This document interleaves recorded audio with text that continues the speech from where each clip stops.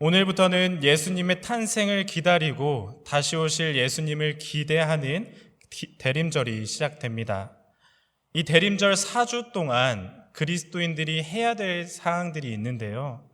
우리가 양옆에 보이는 이쁜 크리스마스 트리를 준비하는 것도 중요하고 25일이 빨간 날이잖아요. 그래서 놀러 갈 곳도 예약하는 것도 우리 삶의 가장 중요한 일이 될 수 있겠지만 이 대림절을 보내는 그리스도인들에게 해야 될 숙제는 자신의 삶을 돌아보고 하나님께서 우리에게 베푸신 그 사랑과 은혜를 떠올려 보며 감사의 시간을 갖는 게 이 대림절기에 우리가 해야 될 일들입니다. 더 나아가서 예수님의 재림을 기다리는 나의 삶이 어때야 되는지를 성찰해 볼 수 있는 절기이기도 합니다. 내가 예수님의 재림을 기다리는 합당한 삶을 살아가고 있는지, 또 분별되고 거룩한 삶을 살아가고 있는지를 깊게 성찰함으로 하나님과 가까워질 수 있는 그런 절기라는 사실을 우리 모두 기억하시길 간절히 소망합니다. 그래서 오늘은 내가 속한 이 공동체가, 즉 가정과 교회, 직장과 내가 속한 모임 등등이 하나님과 함께하는 공동체인지를 돌아보려 합니다. 그러므로 오늘 하나님께서 주시는 이 여호수아 말씀을 통해 많은 은혜를 누리시기를 주님의 이름으로 소망합니다. 몇 해 전만 해도 이 뉴스에 학교 폭력에 대한 이슈가 끊이질 않던 시절이 있었습니다. 수많은 사람들이 다니는 이 서울 강남 한복판에서 중고생들이 여고생 한 명을 폭행했는데 그 이유가 무엇인지 아십니까? 태도가 마음에 들지 않았다는 이유입니다. 무슨 태도를 말하는지 모르겠지만 이들이 하나로 똘똘 뭉쳐서 한 사람을, 그것도 수많은 사람들이 다니는 이 거리에서 집단 폭행을 했다는 사실입니다. 중고생들이요. 또 부산에서는 중학생 여자아이들이 한 친구를 구타했고 이 구타당한 피해자가 경찰에 신고를 하자 보복성으로 다시 한번 구타를 합니다. 그리고 피를 흘리는 그 모습을 사진으로 찍어서 자기들끼리 자랑스럽게 나누는 일도 있었습니다. 어떻게 사람이, 그것도 아이들이 이렇게까지 잔인해질 수 있었을까 싶을 정도로 안타까운 사건들이 몇 해 전뿐만 아니라 지금도 계속해서 일어나고 있는 사실을 우리 모두는 알고 있습니다. 조금 다행이라고 말하기도 민망하지만 코로나 이후로 사람들이 서로 대면할 기회가 적어지다 보니 이 학교 폭력의 사례들이 줄어들었다고 합니다. 그런데 혹시 여러분들 사이버 불링이라는 단어 들어보셨습니까? 사이버 불링. 이 단어는 온라인 상에서 특정 인물을 괴롭히거나 따돌리는 행위를 말하는 합성어입니다. 사이버, 온라인, 가상, 불링, 괴롭힘, 이 두 가지가 합쳐진 단어이죠. 대다수의 어린이들과 청소년들이 이제 스마트폰을 다 사용합니다. 그러다 보니 인터넷에 익숙해지고 이제는 학교 폭력이 학교라는 공간이 아니라 이 사이버, 온라인이라는 공간에서 그대로 일어나고 있음을 우리는 알 수 있는데요. 여러분이 잘 아시는 카카오톡, 페이스북, 인스타그램 등등이 사람들이 서로 소통하는 공간으로 이용되어야 하지만 이 메신저들이 피해 대상을 초대하여 갑자기 여러 사람이 한 사람을 향해 욕을 한다든지 대화방을 나가도 끊임없이 초대하는 이른바 사이버 감옥을 만들어내고 있는 것이 오늘날의 현실입니다.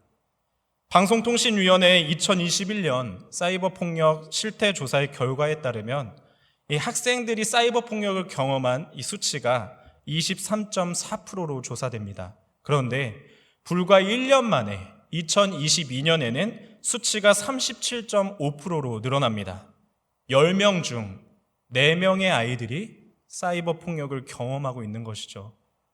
올해의 상태는 제가 확인해 보지 못했지만 이보다 더 올랐으면 올랐지 줄어들진 않았을 거라 예상합니다. 이렇게 우리 아이들이 망가져 가는 동안 우리 가정에서는, 이 아이들을 돌보고 보살피는 학교라는 공동체에서는, 그리고 우리 사회는 대체 무엇을 하고 있었던 것일까요? 내 자녀가 이 4명에 속하지 않아서 다행이라는 그 이기적인 고통에서 벗어나서 모두가 심각하게 생각해 봐야 할 문제인 것 같습니다. 하지만 아마도 이 아이들 한 사람 한 사람을 따로 만나서 이야기를 해보면 그렇게까지 잔인한 친구는 아니구나라는 사실을 우리는 알 수 있는데요. 그럼에도 불구하고 이 아이들이 어떻게 이렇게까지 잔인한 세대가 될 수 있었을까요? 저는 그것이 잘못된 공동체로부터 시작되었다고 생각합니다. 자녀를 둔 많은 학부모들이 자기의 자녀가 나쁜 길, 소위 말하는 폭행을 하거나 마약을 하거나 또 한 사람을 따돌리는 이 가담을 한 친구의 부모들이 신고를 당해서 경찰서에 오면 뭐라고 변명하는지 아십니까? 생각해 보셨나요? 우리 애는 착한데 친구를 잘못 사귀어서 그래요. 원래 그럴 애가 아니에요. 라고 부모가 변명을 하죠. 그럼 이 부모가 말하는 나쁜 친구의 그 부모는 뭐라고 하게요? 똑같이 말합니다. 우리 애 그럴 애 아니에요. 나쁜 애 아니에요. 친구 잘못 사귀어서 그래요. 쟤 때문인걸요? 라고 변명을 하죠. 그러나 이 문제는 어떤 한 사람의 문제가 아니라 함께 다니는 이 친구들의 모임, 즉 그들이 하나로 똘똘 뭉쳤을 때 발생하는 잘못된 생각과 이 공동체의 방향성 그리고 행동의 문제가 있음을 우리는 알아야 합니다. 즉 공동체가 어떤 속성과 방향을 갖는지에 따라서 그 결과는 천차만별이라는 것이죠. 이런 잘못된 공동체는 성경 말씀 안에서도 나타납니다. 우리가 잘 알다시피 이스라엘 백성들은 광야에서 무려 몇 년을 보내죠? 40년이라는 시간을 허비하게 됩니다. 그들이 광야를 헤맸던 이유, 그 이유는 애굽에서 구원해 주신 이 하나님을 온전히 믿지 못했기 때문입니다. 모세가 하나님께서 예비하신 이 가나안 땅에 들어가기 위해 정탐꾼 12명을 보냅니다. 그런데 이들은 하나님을 믿지 않습니다. 그래서 여호수아와 갈렙 두 사람을 제외한 나머지 10사람이 정탐을 하고 와서 이렇게 말하죠. 우리는 그 땅에 들어갈 수 없습니다. 왜요? 가나안 사람들과 비교했을 때 우리는 메뚜기와 같은 작고 하찮은 존재이기 때문에 하나님이 예비하셨다 하더라도 우리는 이 가나안 땅에 들어갈 수 없습니다. 라고 모세와 백성들 앞에서 보고를 합니다. 바로 그때에 백성들은 모세와 아론을 원망하기 시작합니다. 민수기 14장 2절과 3절의 말씀을 함께 읽어보겠습니다. 이스라엘 자손이 다 모세와 아론을 원망하며 온 회중이 그들에게 이르되 우리가 애굽 땅에서 죽었거나 이 광야에서 죽었으면 좋았을 것을 어찌하여 여호와가 우리를 그 땅으로 인도하여 칼에 쓰러지게 하려 하는가? 우리 처자가 사로잡히리니 애굽으로 돌아가는 것이 낫지 아니하랴. 이후의 말씀을 보면은 기껏 모세가 힘을 다해 목숨을 걸고 이 출애굽 과정을 다 도와줬음에도 불구하고 이제 우리가 불편해지고 상황이 변하니까 당신 같은 지도자는 필요 없습니다. 다른 지도자를 내세워서 우리가 차라리 애굽으로 돌아가자라는 망언을 하게 되는 겁니다. 그리고 나서 하나님을 원망하기에 이르릅니다. 이 모세가 잘 노예 생활하고 있던 우리를 괜히 광야로 이끌어내서 우리를 여기서 죽이려 했다며 오히려 이 백성들이 모세를 돌로 쳐 죽이려는 모습을 민수기 말씀을 통해서 확인해 볼 수 있습니다. 바로 이때에 하나님께서는 이 백성들을 40년 동안 광야에서 헤매게 하셨던 것입니다. 우리는 이 이스라엘 백성들이 하나님을 원망하는 모습을 통해 이 공동체의 민낯을 발견하게 됩니다. 이들은 하나로 똘똘 뭉쳐서 지도자와 하나님을 원망하는 공동체로 형성되어 있습니다. 이렇게 하나님을 원망하는 목소리로 똘똘 뭉쳐진 이스라엘 백성들의 민낯이 바로 이런 것이죠. 같은 공동체에 있었지만 내 아이는 잘못 없어요. 저 친구가 우리 아이를 나쁜 길로 물들게 했어요. 라고 말하는 이 학부모들과 별반 다를 게 없어 보입니다. 알다시피 이 이스라엘 백성의 공동체는 완전히 실패합니다.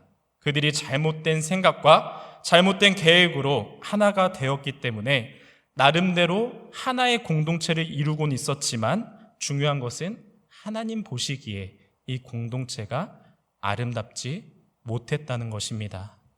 오직 자신들의 생각과 계획으로 가득 차 있었고 하나님의 계획과 생각은 안중에도 없었던 것이 이스라엘 백성들의 모습이었던 것이죠.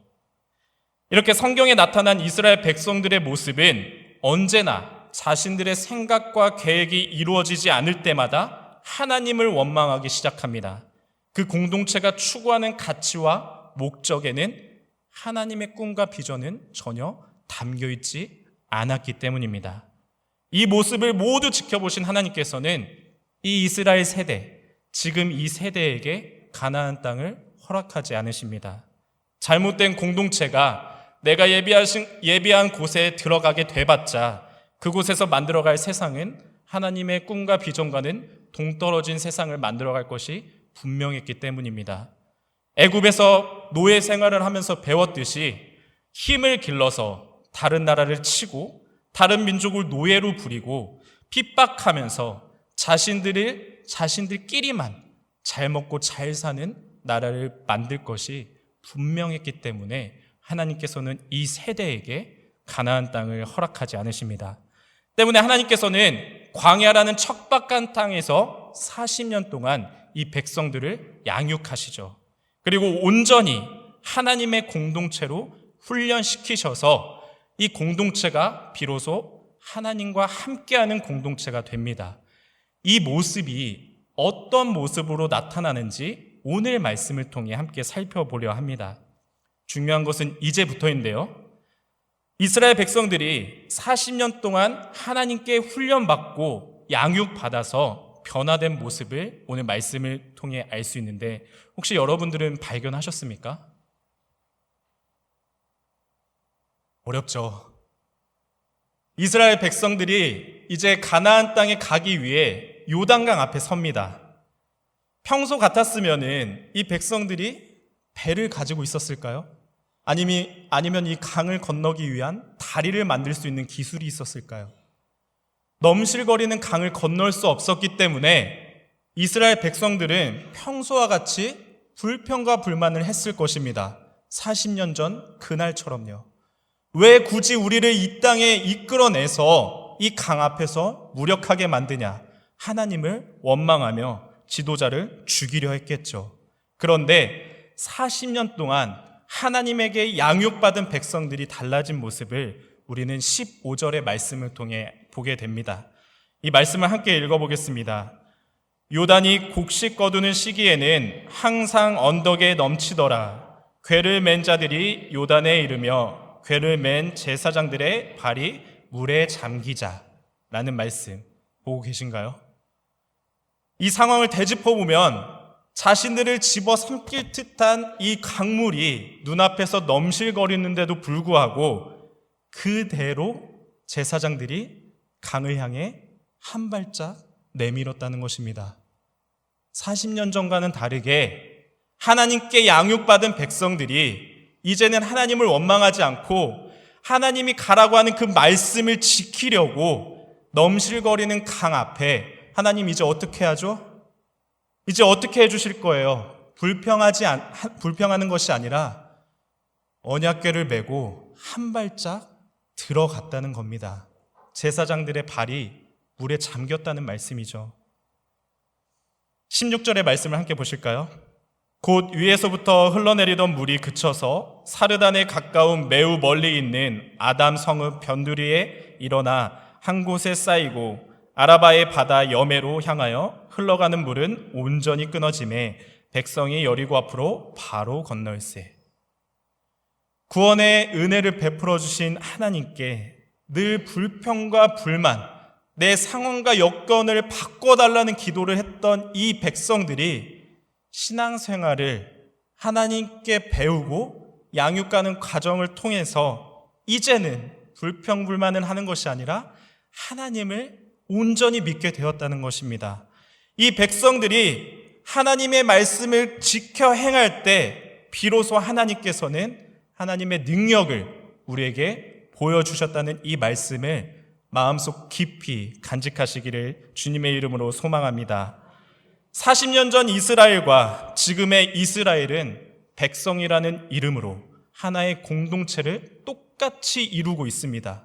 그런데 그 결과는 천지 차이죠. 이스라엘 공동체가 자기들끼리 원하는 세상을 꿈꾸며 하나의 공동체가 되었는지, 아니면 하나님과 함께하는 공동체가 되었는지에 따라서 그 결과는 다르게 나타났다는 것입니다.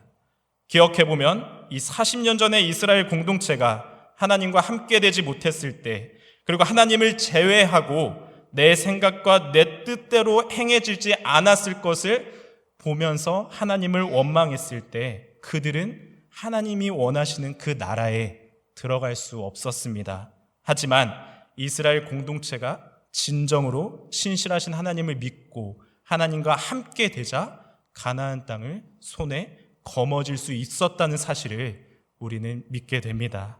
여러분, 하나님께서는 우리 신갈 장로교회가 이런 공동체가 되기를 원하고 계십니다. 과거에 머물러서 신세 한탄을 하며 하나님을 원망하는 그런 신앙이 아니라 하나님을 온전히 믿고 의지함으로 내 앞에 나를 삼킬 듯한 강물이 넘실될지라도 하나님의 말씀을 온전히 믿고 한 발짝 나아가시는 여러분과 제가 되기를 간절히 소망합니다. 그러므로 우리는 수없이 다른 공동체들과 질적으로 다른 공동체가 되어야 합니다.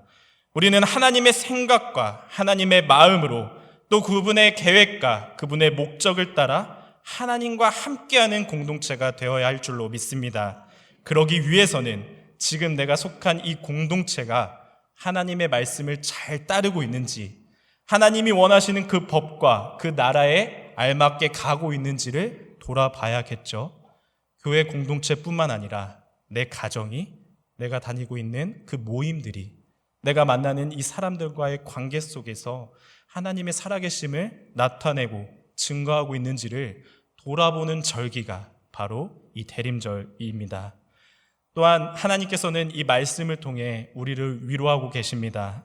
우리 앞에 어떠한 시련과 고난의 강물이 넘칠지라도, 나의 인생 앞에 슬픔과 좌절의 강물이 넘칠지라도, 불의한 일에 맞서 싸우다 조금 손해 볼지라도 우리는 하나님께서 가라고 하시는 그 말씀을 따라 과감히 한 발짝 나아가게 되는 여러분과 제가 되기를 간절히 소망합니다.